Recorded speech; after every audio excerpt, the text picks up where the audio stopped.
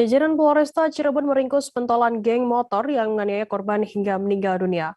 Kapolresta Cirebon Kombes Pol Arief Budiman mengatakan tersangka berinisial RF merupakan warga Kecamatan Babakan, Kabupaten Cirebon. Menurutnya penganiayaan tersebut terjadi pada Minggu 22 Januari lalu sekira pukul 2 dini hari di wilayah Kecamatan Babakan, Kabupaten Cirebon. Untuk mengetahui informasi lebih lengkapnya terkait hal ini akan disampaikan oleh rekan jurnalis kami dari Tribun Cirebon, ada Ahmad Imam Baihaqi yang akan melaporkannya. Silakan rekan Imam. Ya, baik, terima kasih Firda. Peristiwa penganiayaan tersebut terjadi di Kecamatan Babakan, Kabupaten Cirebon pada Minggu 2 Januari 2022 ketika kira-kira pada pukul 2:30 pagi. Dalam peristiwa tersebut, pelaku dan rekan-rekannya menganiaya korban menggunakan senjata tajam. Bahkan dari hasil pemeriksaan sementara, pelaku juga merupakan pentolan geng motor dari kelompok RPM yang berbasis di wilayah timur Kabupaten Cirebon. Dalam peristiwa tersebut, pelaku ternyata merupakan provokator sehingga rekan-rekannya terhasut untuk menganiaya korban menggunakan senjata tajam. Bahkan dalam peristiwa tersebut korbannya yang berjumlah 2 orang dan salah satunya meninggal dunia dan seorang korban lainnya mengalami luka berat sehingga harus menjalani perawatan medis di Rumah Sakit Walet Kabupaten Cirebon.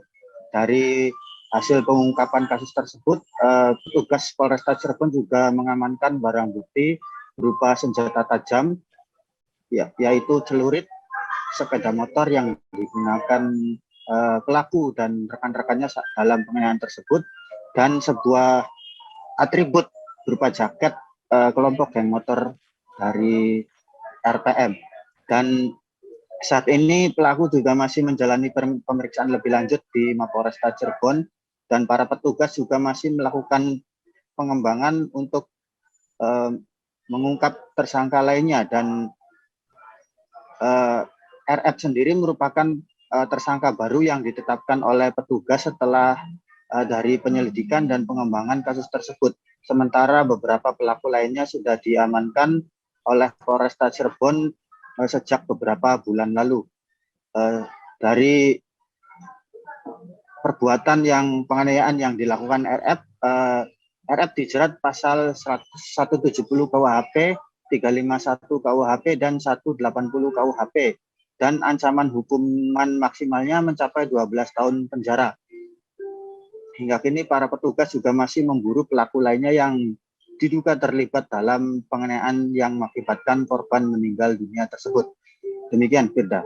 Ya baik, terima kasih rekan Imam dari Tribun Cirebon atas laporan Anda. Selamat bertugas kembali. Dan Tribuners akan kami tampilkan wawancara dari Kombes Pol Arief Budiman, Polresta Cirebon. Berikut liputannya untuk Anda.